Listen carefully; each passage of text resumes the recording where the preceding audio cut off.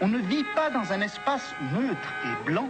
On ne vit pas, on ne meurt pas, on n'aime pas dans le rectangle d'une feuille de papier. On vit, on meurt, on aime dans un espace quadrillé, découpé, bariolé, avec des zones claires et sombres, des différences de niveau, des marches d'escalier, des creux, des bosses, des régions dures et d'autres friables, pénétrables, poreuses. Il y a les régions de passage, les rues, les trains, les métros. Il y a les régions ouvertes de la halte transitoire, les cafés, les cinémas, les plages, les hôtels. Et puis il y a les régions fermées du repos et du chez-soi. Eh bien, je rêve d'une science, et je dis bien une science, qui aurait pour objet ces espaces différents, ces autres lieux, ces contestations mythiques et réelles de l'espace où nous vivons. Cette science étudierait non pas les utopies, puisqu'il faut réserver ce nom à ce qui n'a vraiment aucun lieu, mais elle étudierait les hétérotopies, les espaces absolument autres. Et forcément, la science en question elle s'appelle déjà l'hétérotopologie.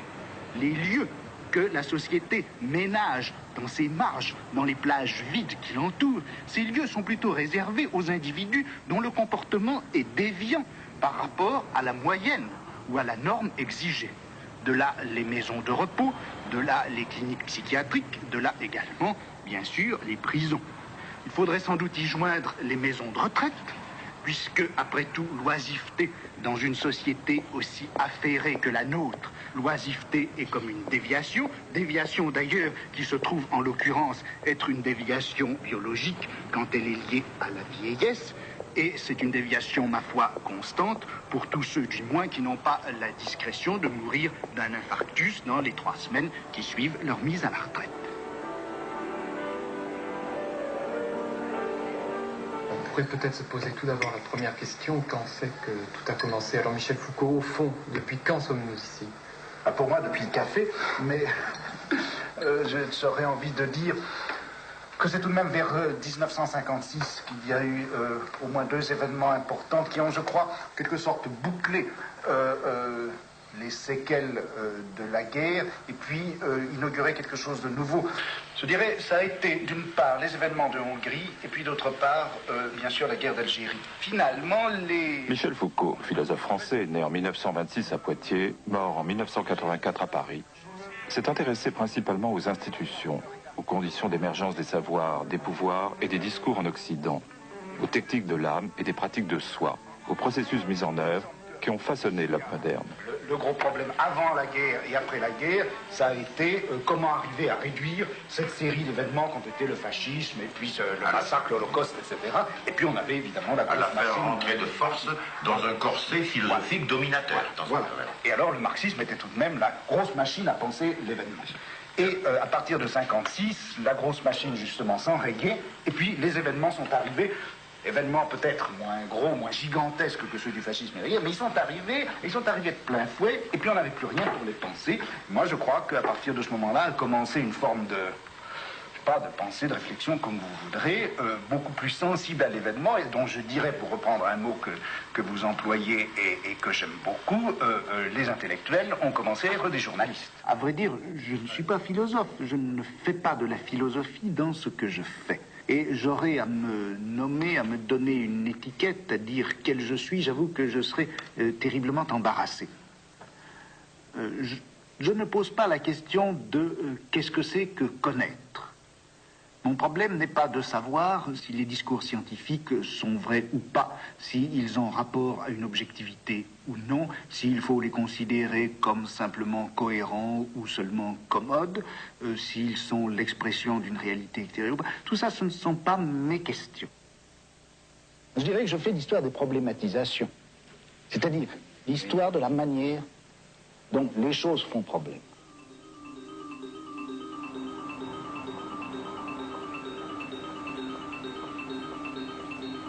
L'homme européen, depuis le fond du Moyen-Âge, a rapport à quelque chose qu'il appelle confusément folie, démence, déraison. C'est peut-être à cette présence obscure que la raison occidentale doit quelque chose de sa profondeur. En tout cas, le rapport raison-déraison constitue pour la culture occidentale une des dimensions de son originalité. Il l'accompagnait déjà bien avant Jérôme Bosch et la suivra bien après Nietzsche et Artaud.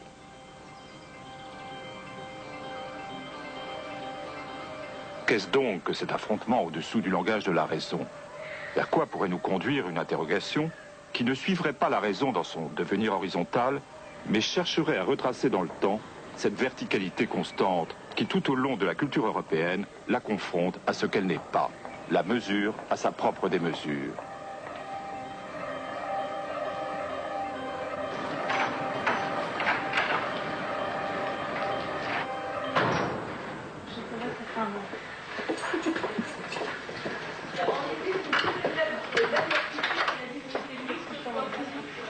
Il s'est trouvé que pour des raisons biographiques, j'ai connu ce que c'était qu'un asile, j'ai entendu ces voix-là, et j'ai été, je crois, comme quiconque, bouleversé par ces voix.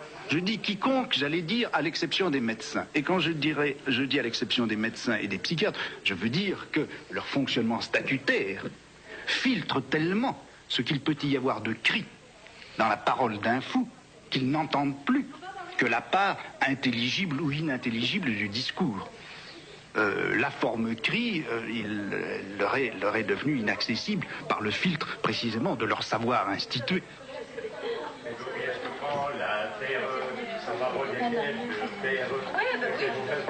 Ici, il a l'autorisation. Non, mais il peut appeler.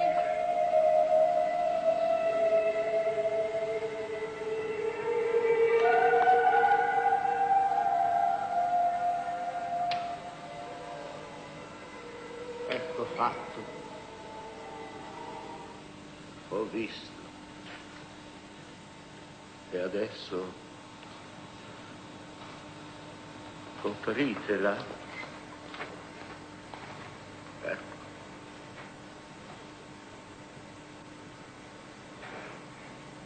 Così.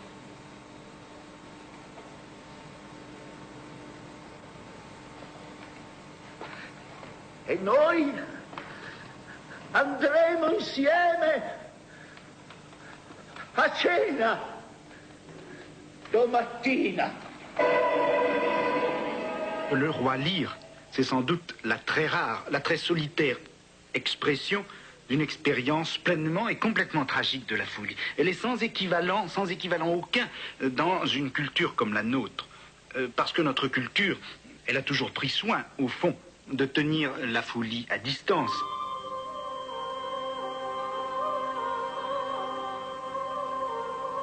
Jusqu'à la seconde moitié du XVe siècle, ou encore un peu au-delà, le thème de la mort règne seul. La fin de l'homme, la fin des temps, ont la figure des pestes et des guerres. Ce qui surplombe l'existence humaine, c'est cet achèvement et cet ordre auquel nul n'échappe. La présence qui menace à l'intérieur même du monde, c'est une présence décharnée. Et voilà que dans les dernières années du siècle, cette grande inquiétude pivote sur elle-même. La dérision de la folie prend la relève de la mort et de son sérieux. La folie, c'est le déjà là de la mort. Mais ce qu'il y a dans le rire du fou, c'est qu'il rit par avance du rire de la mort. Et l'insensé, en présageant le macabre, l'a désarmé.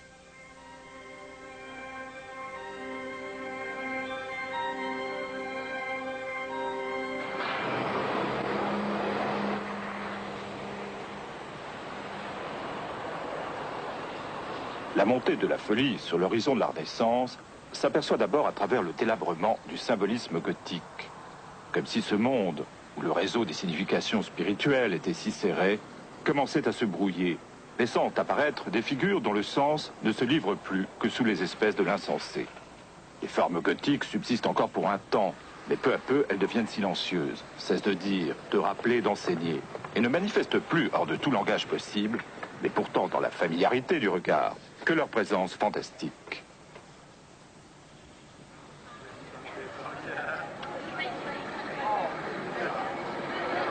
Depuis le fond du Moyen-Âge, la folie s'apparente plutôt à la fête. Comme si, dans la folie, notre culture cherchait une vacance, un envers d'elle-même qui soit pour elle comme un miroir, un moment absolu où le temps s'interrompt, fait cercle pour un rituel et inaugure entre les hommes des formes de communication que leur langage de tous les jours ne leur permet sans doute pas. La fête, au fond, c'est la merveilleuse liberté d'être, comme on dit, en folie, et de trouver au cœur de cet aveuglement l'illumination de tout un monde qui, lui, est en fête. Depuis très longtemps, depuis le haut Moyen-Âge, il y eut ce qu'on appelait une messe de l'âne qui, un peu plus tôt ou un peu plus tard, je ne sais trop, se lia à la fête des fous. Messe caricaturale, défilé grotesque, injures et lazzi contre les puissants. On mettait pour un jour le monde à l'envers. C'était comme une grande messe satanique, mais qu'on aurait chantée en plein jour. Messe plus multicolore que vraiment noire, plus masquée et bariolée que réellement secrète. C'était déjà le carnaval. La folie fascine parce qu'elle est savoir.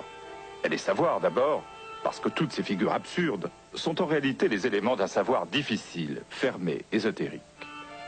Ce savoir si inaccessible et si redoutable, le fou, dans sa niaiserie innocente, le détient.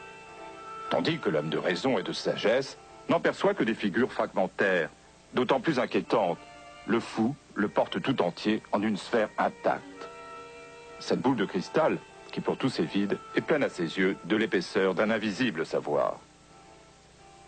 Autre symbole du savoir, l'arbre. L'arbre interdit, l'arbre de l'immortalité promise et du péché. Jadis planté au cœur du paradis terrestre, a été déraciné et forme maintenant le mât du navire des fous. Qu'annonce-t-il ce savoir des fous? Sans doute, puisqu'il est le savoir interdit, il prédit à la fois le règne de Satan et la fin du monde.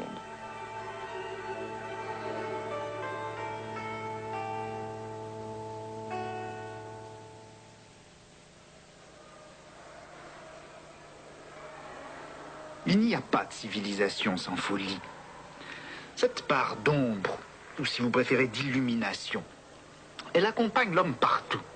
Partout où il pose des limites, partout où il établit des institutions, partout où il fixe des lois, chaque fois sans doute aussi qu'il parle. Seulement voilà, il y a des civilisations où la folie est proche parente de la religion, d'autres où elle s'apparente au contraire à la magie ou encore à la médecine. Près d'Accra, Jean Rouch a pu filmer la consommation du chien, une parodie démente de la société colonisatrice par le peuple colonisé. Un vrai sabbat, comme nos sorcières à nous, n'en ont peut-être jamais célébré. Mais c'est nous qui avons apporté avec nos gouverneurs, nos locomotives, nos mauvais commandants, cette bête pendue et crucifiée, ce baptême dans une giclée de sang, cette communion sous les deux espèces, le bouillon et la viande du chien. Et le gouverneur réunit une nouvelle conférence à la table ronde. C'est la conférence du chien. Tous les Aoukas maintenant sont venus. Il faut sacrifier le chien, il faut le manger. Le capitaine voudrait faire le sacrifice. C'est l'homme tranquille, Moukaïla Kiri, qui va quand même égorger la bête pour éviter qu'il y ait des accidents. Et le gouverneur dit, tenez-vous sage. Et le général dit, tenez-vous sage. Et la bête est à peine égorgée que des Aoukas se précipitent pour boire directement le sang ou pour lécher la pierre.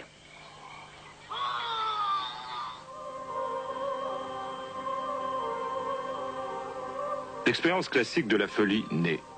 La grande menace montée à l'horizon du XVe siècle s'atténue. Les pouvoirs inquiétants qui habitaient la peinture de Bosch ont perdu leur violence. Des formes subsistent, maintenant transparentes et dociles, formant cortège, l'inévitable cortège de la raison. L'oubli tombe sur le monde que sillonnait le libre esclavage de sa nef. Elle n'ira plus d'un en deçà du monde, à un au-delà, dans son étrange passage. Elle ne sera plus jamais cette fuyante et absolue limite. La voilà amarrée solidement au milieu des choses et des gens, retenue et maintenue, non plus barque, mais hôpital.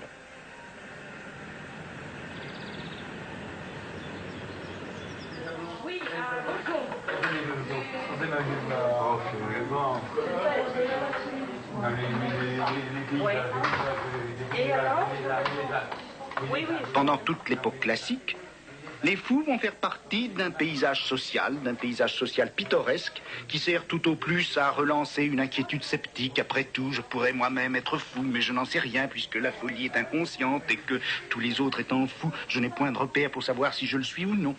Ce qui m'intéresse dans cet âge classique, c'est un fait massif, un fait historique, sourd, qui est resté longtemps silencieux. Le voici. Un jour d'avril 1657, on a arrêté à Paris à peu près 6000 personnes. Ces gens, on les emmenait à l'hôpital général. Pourquoi? Oh bien, parce qu'ils étaient chômeurs, parce qu'ils étaient mendiants, ils étaient inutiles. C'était des libertins, c'était des excentriques, c'était aussi des homosexuels, des fous, des insensés. Et on les envoyait à l'hôpital général sans qu'on ait pris à aucun moment contre eux une mesure juridique précise. C'était une simple précaution de police, un ordre du roi, ou encore, ce qui est plus grave à mon sens, une simple supplique de la famille suffisait à envoyer tout ce beau monde à l'hôpital, et à l'hôpital pour la vie. Cette pratique, elle a duré près d'un siècle et demi, et de cet énorme rituel d'exclusion, qu'on a rarement interrogé d'ailleurs, on n'a gardé que quelques registres poussiéreux qu'on trouve actuellement dans la bibliothèque de l'Arsenal. Et sur ces registres, qu'est-ce qu'on voit? Eh bien, la longue rhapsodie des motifs d'internement.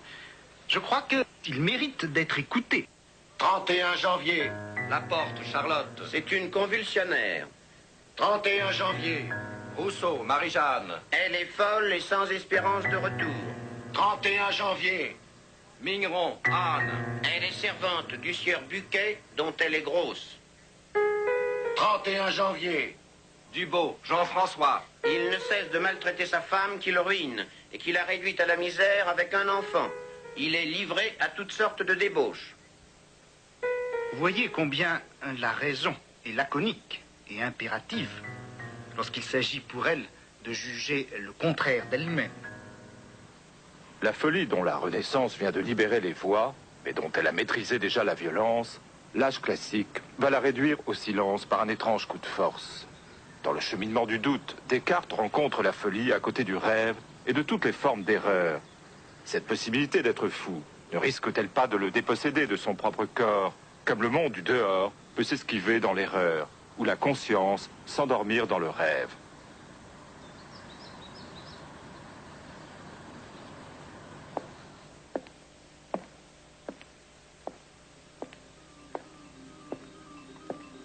Parmi toutes les autres formes de l'illusion, la folie trace un des chemins du doute les plus fréquentés encore par le XVIe siècle.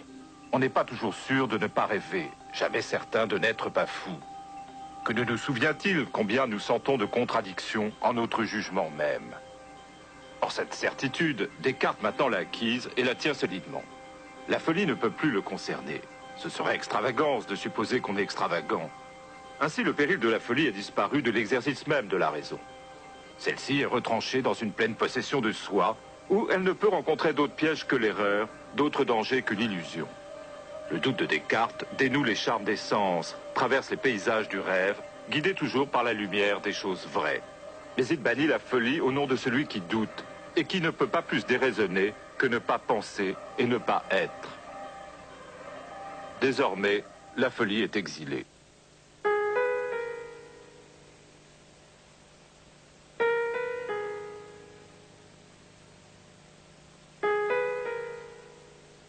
Connaître et assujettir, savoir et commander, ce sont des choses qui sont intimement liées. Et si vous voulez, je l'ai découvert à l'état pur dans l'asile, où là, le savoir médical, la connaissance apparemment sereine et spéculative du psychiatre est absolument indissociable d'un pouvoir extraordinairement méticuleux, savamment hiérarchisé, qui se déploie dans l'asile. Le mot qui me paraît le plus perfide, c'est pas le mot fou. Le mot que je redoute, moi, c'est malade mental. Le passage du fou au malade, qui est apparemment une requalification, mais qui, à un autre niveau, est une prise de pouvoir, c'est cela qui m'a intéressé.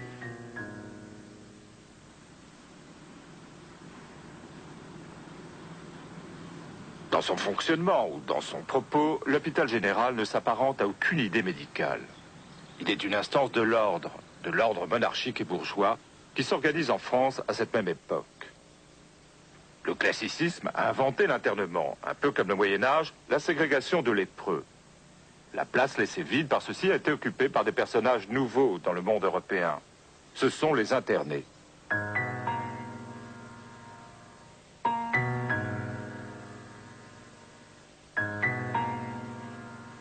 Pourquoi voir tous ces objets-là? Je dirais qu'il me semblait, et alors c'était peut-être là le point de référence de mon cheminement ou de mon piétinement, qui était au fond la question des expériences limites. Cette forme d'expérience qui, au lieu d'être considérées comme centraux, d'être valorisées positivement dans une société, sont considérées comme des expériences limites, des expériences frontières, à partir de quoi est remis en question cela même qui est considéré d'ordinaire comme acceptable. Oui. Alors, en un sens, faire de l'histoire de la folie une interrogation sur notre système de raison. Même chose pour le crime par rapport à la loi. Au lieu d'interroger la loi elle-même, et qu'est-ce qui peut fonder la loi, prendre le crime comme le point de rupture par rapport au système. Et prendre ce point de vue-là pour interroger qu'est-ce que c'est donc la loi. Prendre la prison comme ce qui doit nous éclairer sur ce que c'est que le système pénal, plutôt que de prendre le système pénal, de l'interroger de l'intérieur, de savoir comment il s'est fondé, comment il se fonde et se justifie, pour en déduire ensuite ce qu'a été la prison. Voilà.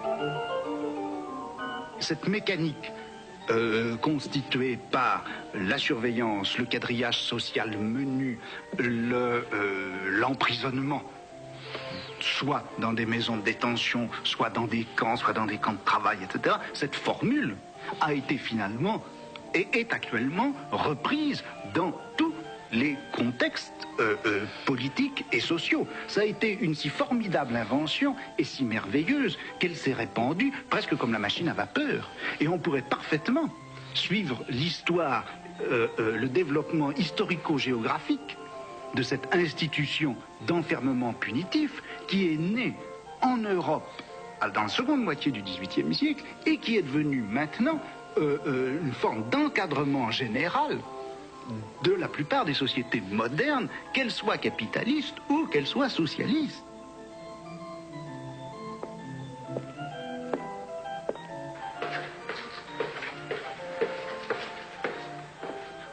Damien avait été condamné le 2 mars 1757 à faire amende honorable devant la principale porte de l'église de Paris, où il devait être mené et conduit dans un tombereau nu, en chemise, tenant une torche de cire ardente du poids de 2 livres.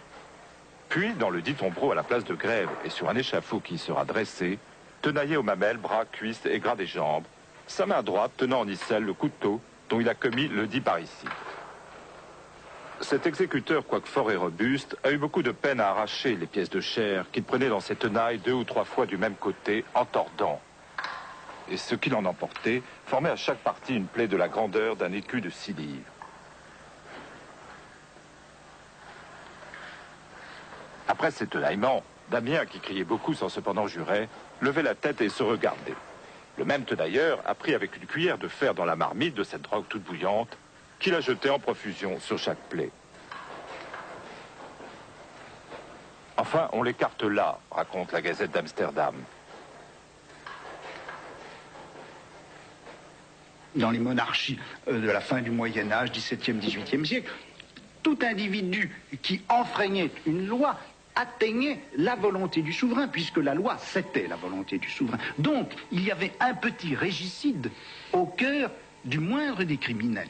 Et je crois qu'il faut considérer la grande cérémonie du supplice comme une sorte de rituel politique.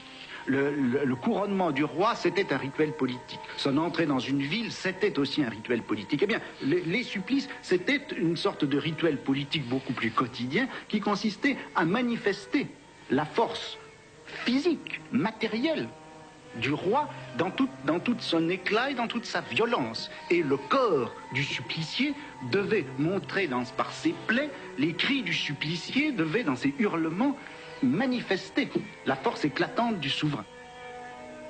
Moment de vérité que tous les spectateurs interrogent. Chaque parole, chaque cri, la durée de l'agonie, le corps qui résiste, la vie qui ne veut pas s'en arracher, tout cela fait signe.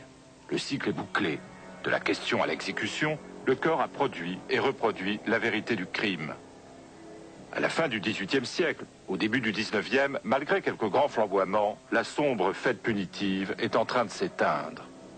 La punition a cessé peu à peu d'être une scène, et tout ce qu'elle pouvait emporter de spectacle se trouvera désormais affecté d'un indice négatif. On soupçonne ce rite qui concluait le crime d'entretenir avec lui de louches parentés, de l'égaler, sinon de le dépasser en sauvagerie.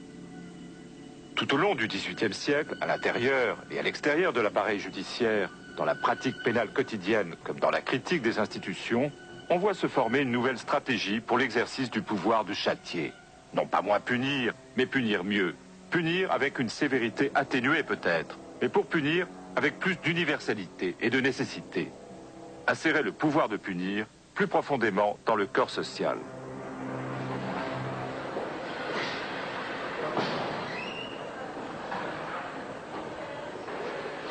Je crois que, d'une façon plus générale, le système pénal était mis en question parce qu'il était incapable de traverser de bout en bout le corps social. Il était incapable de le quadriller de façon ténue et suffisamment déliée.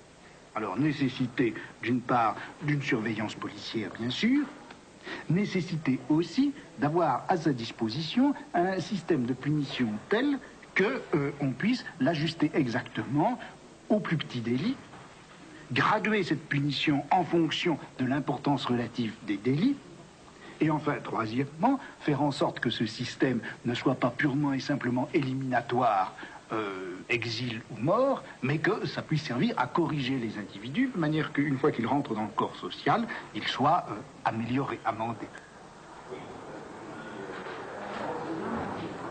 Quelle est pour vous la fonction d'un juge dans notre société? À quoi ils servent? Si j'étais méchant, bon, je ne le suis pas, alors je le dirais tout de même, ils servent au fond à permettre à la police de fonctionner.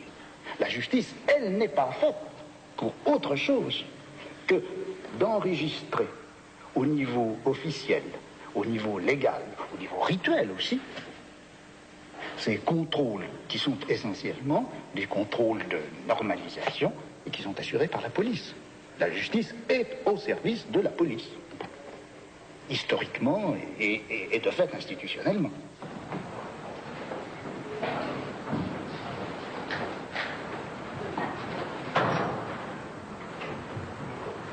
L'audience est ouverte, vous pouvez vous asseoir. Alors au fond, quand le juge demande à l'accusé de se reconnaître coupable, d'accepter sa faute, littéralement de s'humilier devant lui, au fond, le juge, on a l'impression qu'il veut effectivement piétiner l'accusé. Moi je dirais, c'est tout le contraire, il lui demande un formidable service. Il demande à l'accusé de lui dire au fond ceci: eh bien oui, monsieur le juge, ce n'est pas tellement vous qui jugez, c'est la société tout entière, c'est cette société à laquelle j'appartiens, et par conséquent, si je réclame ma peine, c'est donc moi qui me punis moi-même, et ce n'est pas vous. Je vous innocente, vous, juge. Eh bien, c'est cela que le juge veut obtenir, c'est ce discours qu'il veut obtenir, ce discours qui l'innocente lui-même, que le juge veut obtenir quand il demande à l'accusé de montrer qu'il acceptera effectivement sa punition.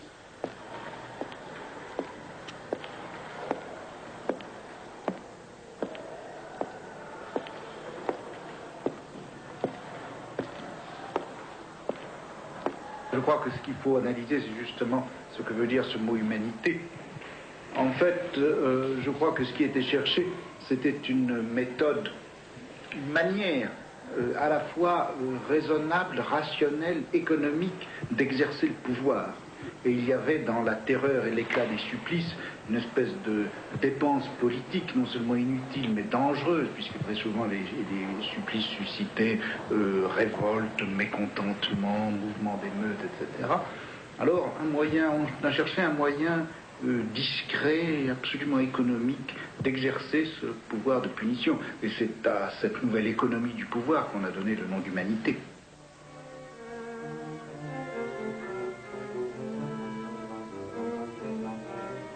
Ce que j'ai voulu faire, c'est de montrer combien finalement cette adéquation, pour nous si claire et simple, de la peine avec la privation de liberté, c'est en réalité quelque chose de récent. Quelque chose de récent, c'est une invention technique qui a été, dont les origines bien sûr sont lointaines, mais qui a vraiment été intégrée à l'intérieur du système pénal et qui a fait partie de la rationalité pénale à partir de la fin du XVIIIe siècle. Et j'ai essayé d'interroger les raisons pour lesquelles la prison était ainsi devenue une sorte d'évidence dans notre système pénal. Le Panopticon de Bentham est la figure architecturale de cette composition. On en connaît le principe. À la périphérie, un bâtiment en anneau, au centre, une tour. Celle-ci est percée de larges fenêtres qui ouvrent sur la face intérieure de l'anneau. Le bâtiment périphérique est divisé en cellules, dont chacune traverse toute l'épaisseur du bâtiment.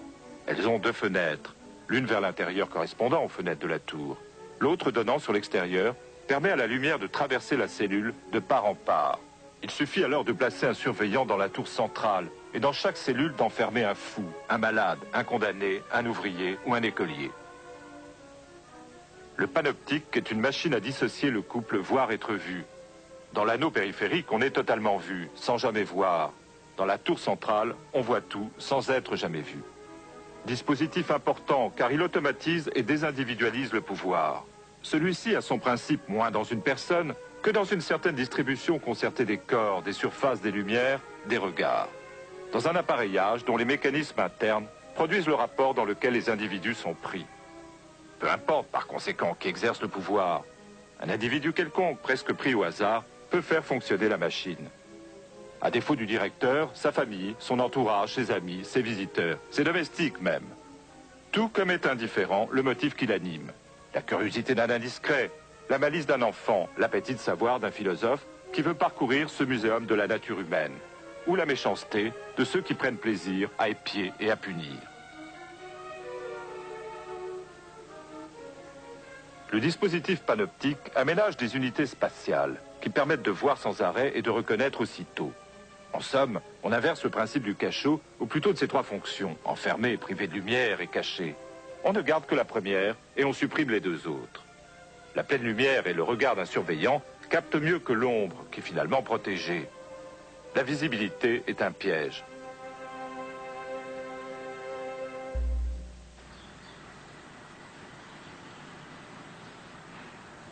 Alors, l'idée qu'il faille absolument donner aux gens qui exercent le pouvoir un instrument, en quelque sorte, optique, pour que ce sur quoi ils exercent le pouvoir, et en même temps les effets de ce pouvoir leur soient visibles, ça, c'est une des préoccupations fondamentales. Doter le pouvoir d'un regard. Donner par conséquent, imposer à ceux sur quoi s'exerce le pouvoir, ou ceux sur qui s'exerce le pouvoir, donner une visibilité intégrale, exhaustive. Alors vous avez cette idée d'une communauté de visibilité, et vous avez cette autre idée d'un appareil technique permettant aux uns de voir les autres.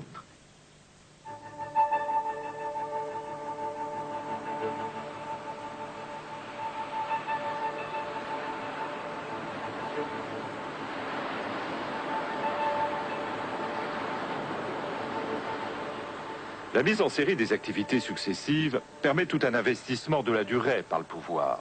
Possibilité d'un contrôle détaillé, d'une intervention ponctuelle, de différenciation, de correction, de châtiment, d'élimination en chaque moment du temps.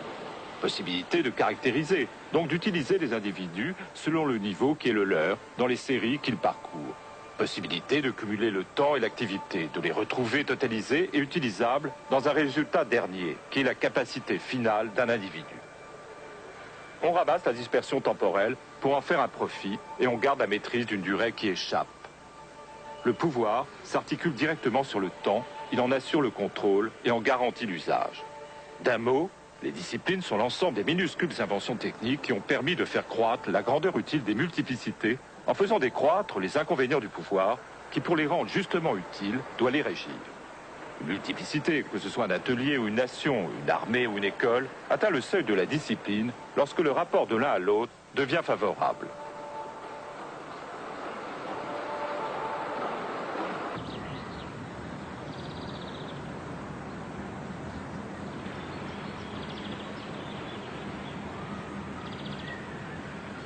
La manière dont s'exerce le pouvoir dans les sociétés modernes, c'est que les gens n'y ont pas, bien sûr, n'y ont plus exactement un statut de naissance. Ils bénéficient simplement de fait des avantages qu'ils peuvent avoir à leur naissance. Ils n'ont pas de statut de naissance. En revanche, ils sont perpétuellement mis en fiche et classés les uns par rapport aux autres. J'avais pris cet exemple qui me paraissait très typique. C'était un règlement qui vaut pour l'école militaire qui avait été fondée en France en 1753 et où les jeunes futurs officiers sont traités avec une espèce, on ne peut pas dire exactement de dureté, mais de méticulosité qui est très très frappante. Ils sont perpétuellement surveillés dans leurs chambres, dans les dortoirs, dans les lavabos, dans les cours de récréation, partout.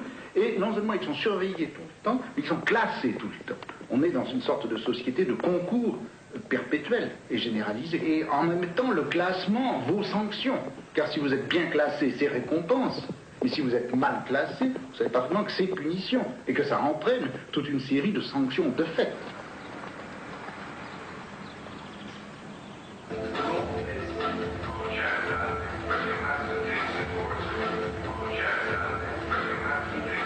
Notre société n'est pas celle du spectacle, mais de la surveillance. Sous la surface des images, on investit les corps en profondeur. Derrière la grande abstraction de l'échange se poursuit le dressage minutieux et concret des forces utiles. Les circuits de la communication sont les supports d'un cumul et d'une centralisation du savoir. Le jeu des signes définit les ancrages du pouvoir. La belle totalité de l'individu n'est pas amputée, réprimée, altérée par notre ordre social. Mais l'individu y est soigneusement fabriqué selon toute une tactique des forces et des corps. Nous sommes bien moins grecs que nous ne le croyons. Nous ne sommes ni sur les gradins, ni sur la scène, mais dans la machine panoptique, investie par ces effets de pouvoir, que nous reconduisons nous-mêmes, puisque nous en sommes un rouage.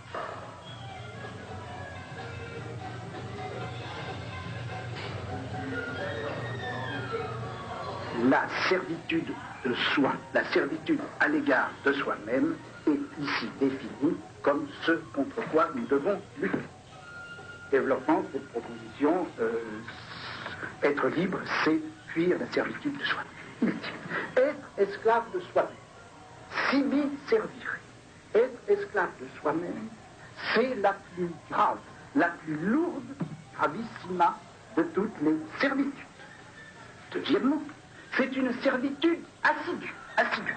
C'est-à-dire qu'elle pèse sur nous sans arrêt, jour et nuit, sans intervalle et sans congé. Intervalle homme comme mère. Troisièmement, elle est inéluctable. Et par inéluctable, il ne dit pas, vous allez le voir, qu'elle est tout à fait insurmontable. Elle dit en tout cas qu'elle est inévitable, que nul n'en est dispensé. Nous partons toujours de là.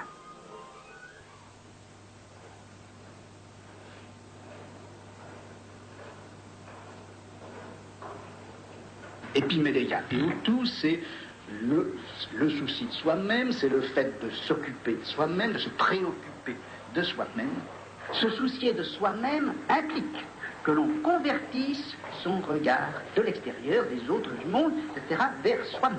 L'épiméléia désigne aussi toujours un certain nombre d'actions que l'on exerce de soi sur soi, d'actions par lesquelles on se prend en charge, par lesquelles on se modifie, par lesquelles on se purifie, par lesquelles on se transforme et on se transfigure. Or, dans toute cette pensée antique dont je vous parle, que ce soit chez Socrate ou que ce soit chez Grégoire de Nysse, de toute façon, s'occuper de soi-même a toujours un sens positif, jamais un sens négatif. Et paradoxe supplémentaire, c'est à partir de cette injonction de s'occuper de soi-même que se sont constituées les morales sans doute les plus austères, les plus rigoureuses, les plus restrictives que l'Occident ait connues, et dont je vous répète qu'il ne faut pas les attribuer au christianisme, mais qu'il faut les attribuer beaucoup plus tôt à la morale des premiers siècles avant notre ère.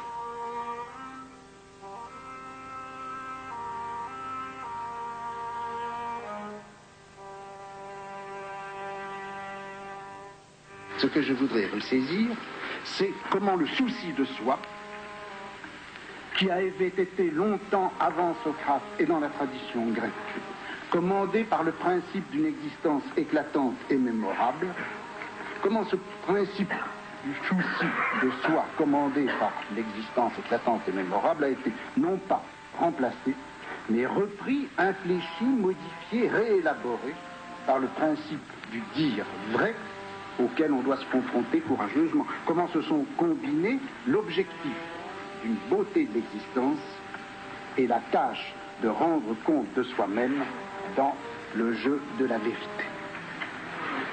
L'art de l'existence et le discours vrai. La relation entre l'existence belle et la vraie vie, la vie dans la vérité, la vie pour la vérité. C'est un peu cela que je voulais essayer de ressaisir. L'émergence de la vraie vie dans le principe et la forme du dire vrai aux autres, du dire vrai à soi-même, du dire vrai sur soi-même et du dire vrai sur les autres.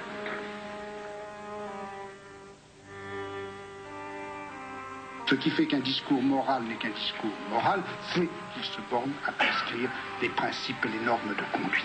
Ce qui fait qu'un discours philosophique est autre chose, c'est qu'il ne pose jamais la question de la vérité, sans s'interroger en même temps sur les conditions de se dire vrai, c'est qu'il pose aussi la question des structures politiques à l'intérieur duquel se dire vrai aura le droit, la liberté et le devoir de se prononcer.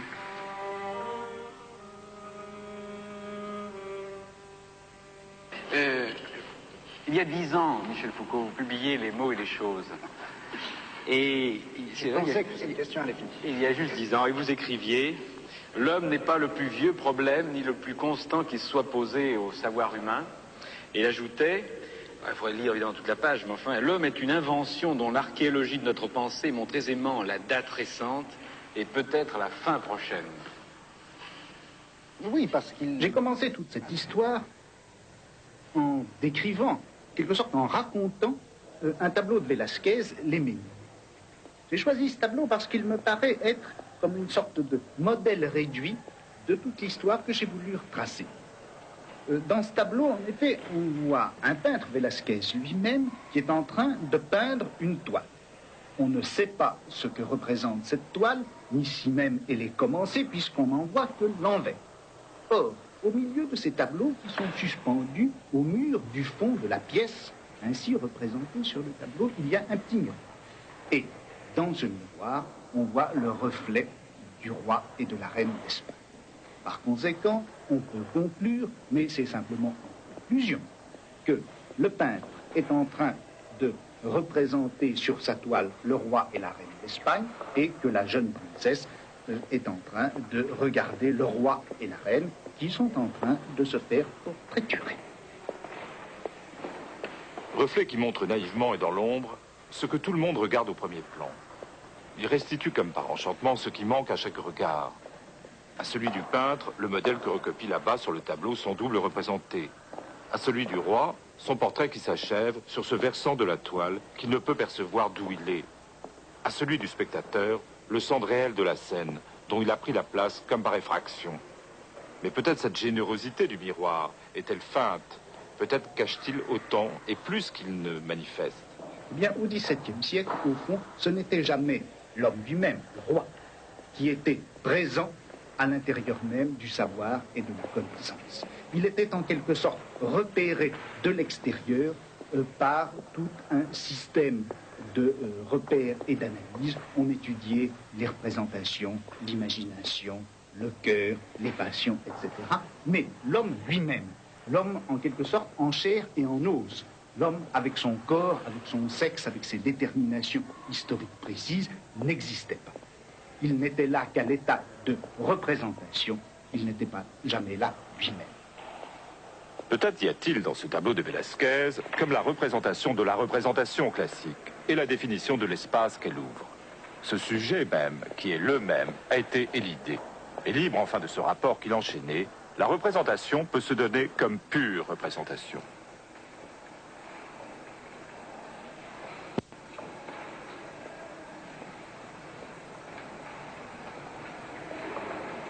j'avais tendu bêtement un vilain piège au lecteur. Je l'avais appelé « Les mots et les choses », ce livre.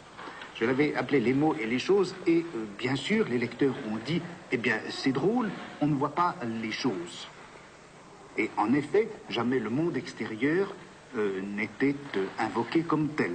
Je parlais par exemple de l'histoire naturelle, mais je n'ai jamais décrit les animaux ou les plantes elles-mêmes, je n'ai jamais fait intervenir l'objectivité des animaux et des plantes dans l'analyse du discours des naturalistes.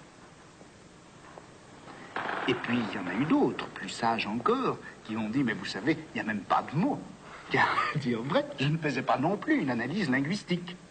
Je ne faisais pas une analyse linguistique et je ne posais pas le problème de savoir le rapport, le vieux problème platonicien, du rapport qu'il peut y avoir entre les choses et les mots. Est-ce que les mots sont complètement arbitraires? Est-ce qu'il peut se passer des choses? Ou est-ce que les choses sont présentes d'une manière ou d'une autre dans les mots?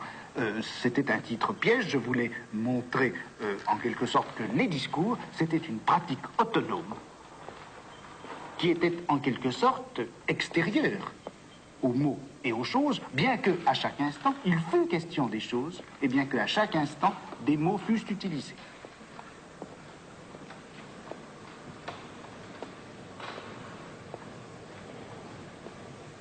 Eh bien,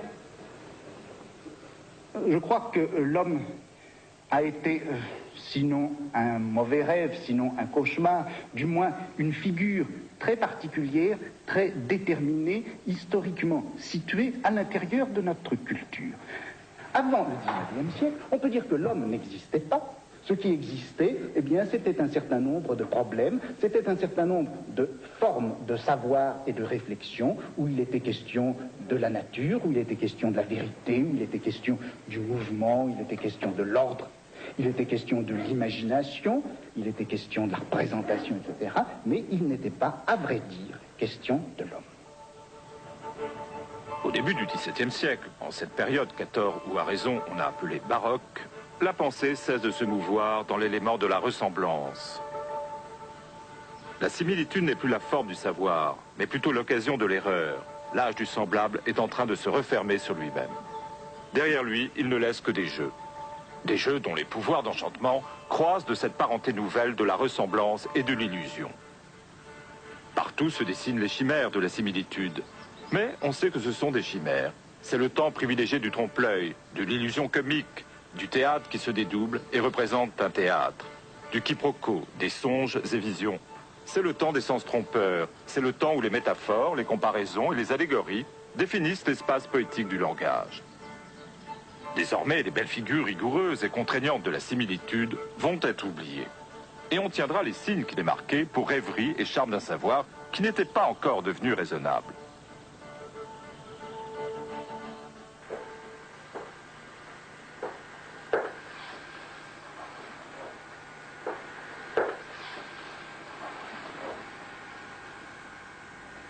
La critique cartésienne de la ressemblance, c'est la pensée classique excluant la ressemblance comme expérience fondamentale et forme première du savoir, dénonçant en elle un mixte confus qu'il faut analyser en termes d'identité et de différence, de mesure et d'ordre. Si Descartes récuse la ressemblance, ce n'est pas en excluant de la pensée rationnelle l'acte de comparaison, ni en cherchant à le limiter, mais au contraire en l'universalisant et en lui donnant par là sa forme la plus pure. L'activité de l'esprit ne consistera donc plus à rapprocher les choses entre elles, à partir en quête de tout ce qui peut déceler en elles comme une parenté, une attirance ou une nature secrètement partagée, mais au contraire à discerner. Ce rapport à l'ordre est aussi essentiel pour l'âge classique que le fut pour la Renaissance le rapport à l'interprétation. À vrai dire, je n'ai pas voulu écrire une histoire de l'homme ou des sciences humaines ou une histoire de ces connaissances grâce auxquelles et à l'intérieur desquelles l'homme est apparu.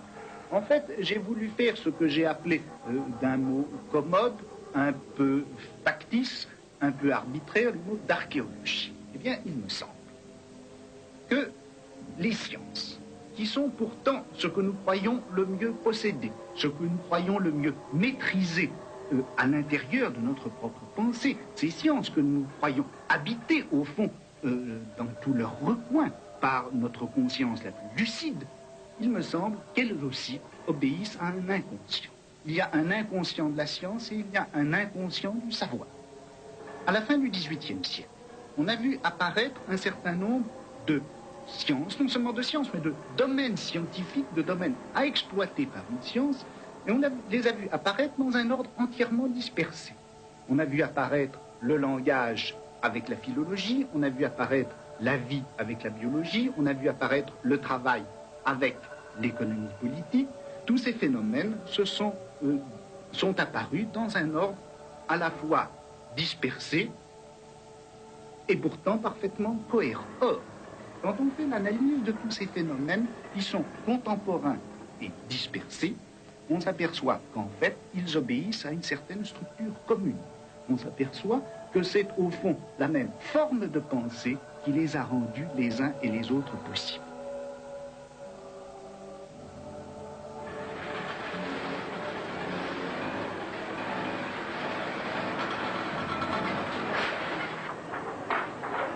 À partir du XVIIe siècle, tout le domaine du signe se distribue entre le certain et le probable.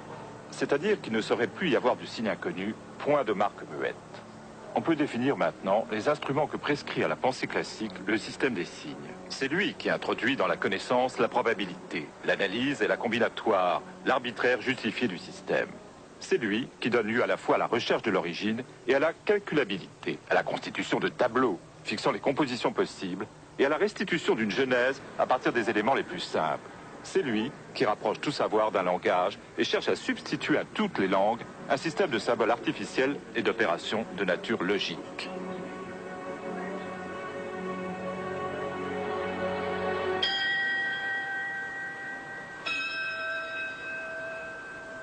Jardin botanique et cabinet d'histoire naturelle. Leur importance pour la culture classique ne tient pas essentiellement à ce qu'ils permettent de voir, mais à ce qu'ils cachent. Ils dérobent l'anatomie et le fonctionnement. Ils occultent l'organisme. Un jour, à la fin du XVIIIe siècle, Cuvier fera main basse sur les bocaux du muséum. Il les cassera et disséquera toute la grande conserve classique de la visibilité animale. Ce geste iconoclaste ne traduit pas une curiosité nouvelle pour un secret qu'on n'aurait eu ni le souci, ni le courage, ni la possibilité de connaître. C'est, bien plus gravement, une mutation dans l'espace naturel de la culture occidentale. Le début de ce qui permet, en substituant l'anatomie au classement, l'organisme à la structure, de précipiter dans le vieux monde plat et gravé noir sur blanc des animaux et des plantes, toute une masse profonde de temps.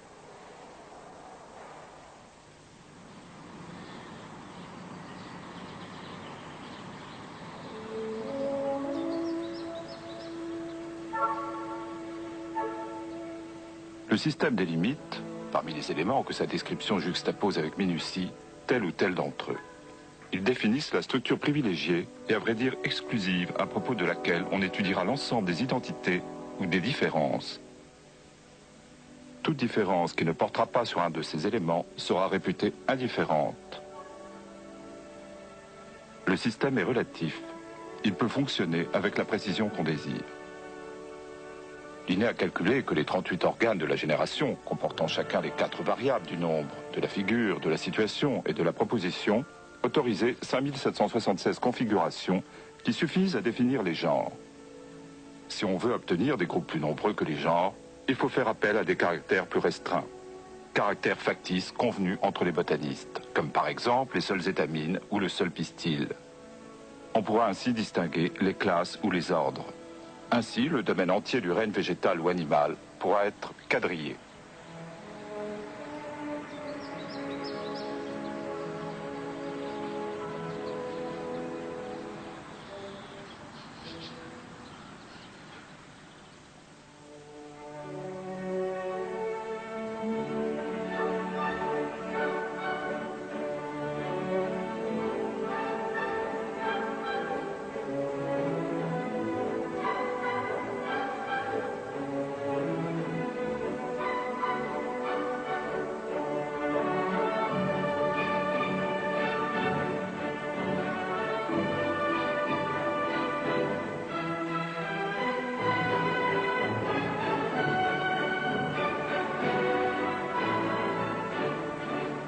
L'histoire, on le sait, c'est bien la plage la plus érudite, la plus avertie, la plus éveillée, la plus encombrée peut-être de notre mémoire.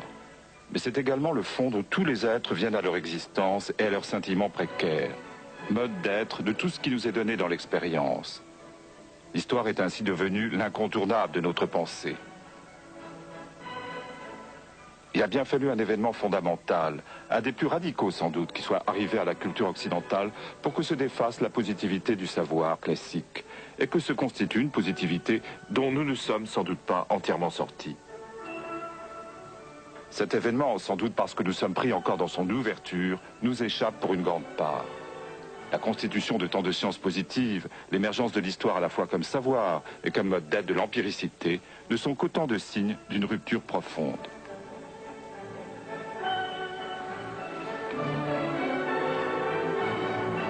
Cet homme tout nouveau, ainsi inventé à la fin du XVIIIe siècle, a donné lieu aussi à tout cet humanisme, dont le marxisme, dont l'existentialisme sont comme le témoignage le plus visible actuellement.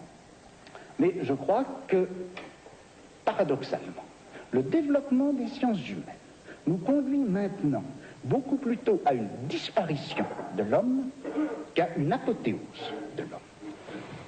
En effet, lorsque l'on étudie, par exemple, les comportements, structures de la famille, par exemple, c'est ce qu'a fait Lévi-Strauss. Ou lorsqu'on étudie les grands mythes indo-européens, comme l'a fait Dumézil. Ou encore, lorsqu'on étudie, précisément, l'histoire même de notre savoir, on s'aperçoit que ce qu'on découvre, ce n'est pas l'homme dans sa vérité, l'homme dans ce qu'il peut avoir de positif. Ce qu'on découvre, c'est des sortes de grands systèmes de pensée, de grandes organisations formelles qui sont en quelque sorte comme le sol sur lequel les individualités historiques apparaissent. Ce qui fait que la pensée actuellement, la réflexion, se renverse entièrement par rapport à ce qu'elle était il y a encore quelques années. Je crois que nous vivons actuellement la grande coupure avec le XIXe siècle, avec tout ce début du XXe siècle. Vous montrer que ce qu'il y a d'individuel, ce qu'il y a de singulier, ce qu'il y a de proprement vécu chez l'homme, n'est qu'une sorte de scintillement de surface au-dessus de grands systèmes formels, et la pensée actuellement doit reconstituer ces systèmes formels sur lesquels flotte de temps en temps l'écume et le nuage de l'existence propre.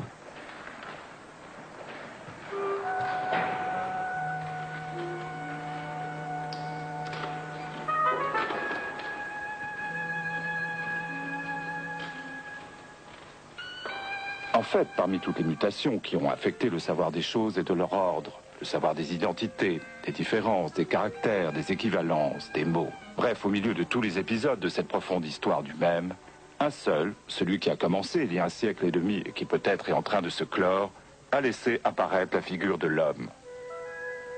Et ce n'était point là libération d'une vieille inquiétude, passage à la conscience lumineuse d'un souci millénaire, accès à l'objectivité de ceux qui longtemps étaient restés pris dans des croyances ou dans des philosophies. C'était l'effet d'un changement dans les dispositions fondamentales du savoir. L'homme est une invention dont l'archéologie de notre pensée montre aisément la date récente, et peut-être la fin prochaine. Si ces dispositions venaient à disparaître comme elles sont apparues, si par quelque événement dont nous pouvons tout au plus pressentir la possibilité, mais dont nous ne connaissons pour l'instant encore ni la forme ni la promesse, elle basculait comme le fit au tournant du XVIIIe siècle le sol de la pensée classique, alors on peut bien parier que l'homme s'effacerait, comme à la limite de la mer, un visage de sable.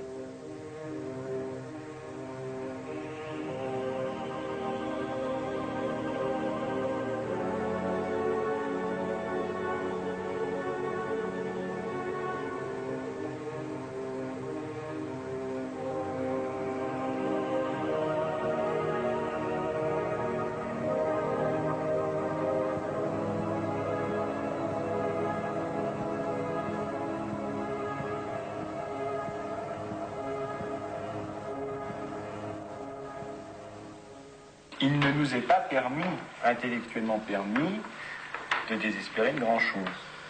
Et apprendre à désespérer quand il y a les camps de concentration, etc., finalement, est-ce que c'est pas justement un acquis depuis 1953, 1956, depuis vers les années 1950, 55, c'est dont on parlait tout à l'heure. Au fond, qu'est-ce que c'était que l'humanisme? C'était l'espèce de cri de ralliement que personne n'aurait osé contester, je crois, et qui servait à deux choses. Plutôt, il servait de jonction entre deux choses. D'une part, sauver le maximum de ce qui pouvait être sauvé dans une forme de pensée, de morale, de politique aussi, qu'on peut dire en gros traditionnelle, bourgeois, etc. Et puis, sauver, d'autre part, mais en même temps, de manière à bien les raccorder, la nouvelle tradition du marxisme. Alors, je crois que il y a eu une première forme d'anti-humanisme, ou en tout cas, il y a une forme d'anti-humanisme qui, pour moi, est la plus importante, qui est l'anti-humanisme critique, décapant. C'est-à-dire, ne cherchons plus ces transactions, ne cherchons plus ces frontières communes, n'essayons pas de sauver l'un avec l'autre.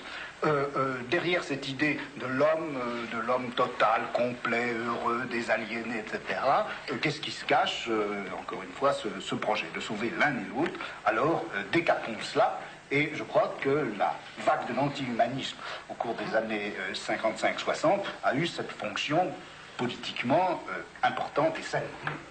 Voilà, c'est-à-dire que peut-être maintenant, il s'agirait peut-être pour l'homme de se retrouver, mais évidemment pas de retrouver sa nature, car le début des contraintes est justement dans l'idée de nature humaine, à laquelle il serait bon d'être conforme, etc., et toutes les tyrannies. Bah, c'est peut-être ça, justement, c'est peut-être ça la philosophie, ou c'est peut-être ça voilà. Ce que nous sommes en train de faire, c'est-à-dire ne jamais se donner l'homme ni comme préalable, voilà. Ni finalement comme objectif.